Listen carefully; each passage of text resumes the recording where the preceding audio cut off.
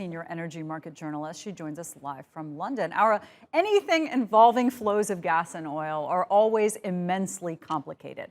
In this case, though, one would think, given the circumstances, that Russia would rather have its money in any form from an economy like Poland especially, than not have its money. So is it just a matter of time before they blink on this and say, okay, pay however you want. We want to take your payments? No, I don't think it's that simple. I would say that Russia deliberately targeted Poland and Bulgaria because both supply contracts were going to expire at the end of this year. And neither Poland nor Bulgaria were going to renew those contracts. So even if Bulgaria and Poland were to consider suing Gazprom for breach of contract, and Gazprom would have to pay for this, the money would not be that much because there's only about 6 months left in this contract, and whatever Gazprom would have to pay from the money for breach of contract, they would be making in revenue from high gas prices on hubs, caused precisely by the political risk. Got it. And so in terms of supplies to Poland and to Bulgaria, this is not going to be a big problem then. Where is it in the short term going to make up that supply? For Poland, so let's start with Poland.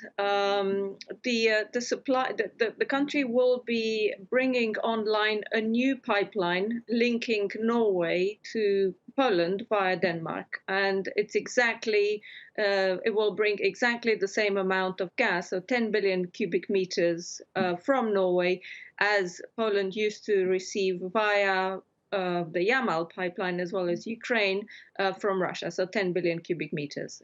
It also has a terminal, an LNG terminal, so a terminal for imports of liquefied natural gas, which currently has a capacity of about 6 billion cubic meters, and within the next 2 years, it will be expanded to 8.3 billion cubic meters. And then there is also gas in storage in Poland. For Bulgaria, it might be a little bit more complicated because Bulgaria depends a great deal, or has depended a great deal, on Russian gas, even though the demand itself, domestic demand, is tiny. It's about 3.3 billion cubic meters. Got it. Of these, 2.9 were from Russia, but the gas could come from LNG, Greece, possibly even Turkey at some point, as well as gas in storage and Azeri gas shipped via Turkey and Greece.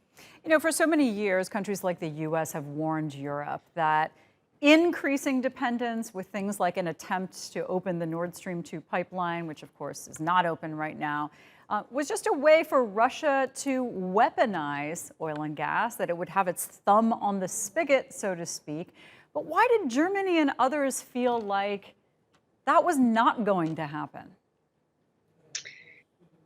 Because the temptation of relatively cheaper gas was very high, and there is no doubt that until now Russia has been the cheapest supplier of gas to Europe.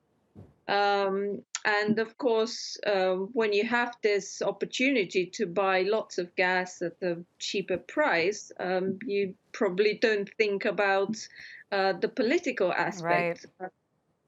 But other countries in Eastern Europe, which have been well familiar with Russian gas supply cuts, let's not forget the Russian-Ukrainian gas wars a couple of years ago, these countries prepared quite well, and Poland is a clear example. All right. This is great information. Thanks for helping this all make sense to our viewers.